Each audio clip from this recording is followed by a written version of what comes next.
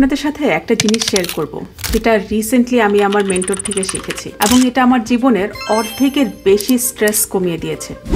Share করার আগে একটা এক্সারসাইজ করি। বলেন তো 5 + 5 কত? 10, তাই না? না, এটা কোনো ট্রিক প্রশ্ন না। এখন বলেন তো 8 + 2 কত?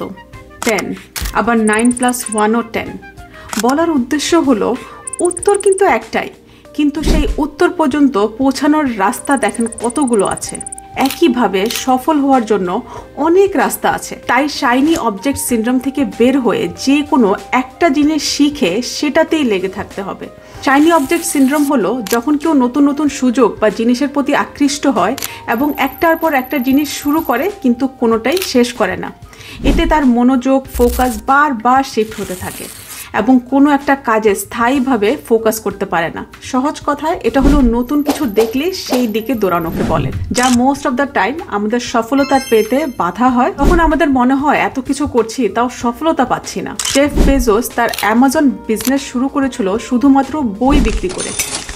প্রথম 5 বছর তার ব্যবসা লসে ছিল এবং তার ব্যবসা লাভের মুখ দেখেনি প্রথম 5 বছর। অনেকে এ সময় হতাশ হয়ে অন্য ব্যবসায় চলে যেত বা নতুন কিছু শুরু করত, কিন্তু বেজোস সেটা করেনি। সে তার ফোকাস ঠিক রেখেছিল।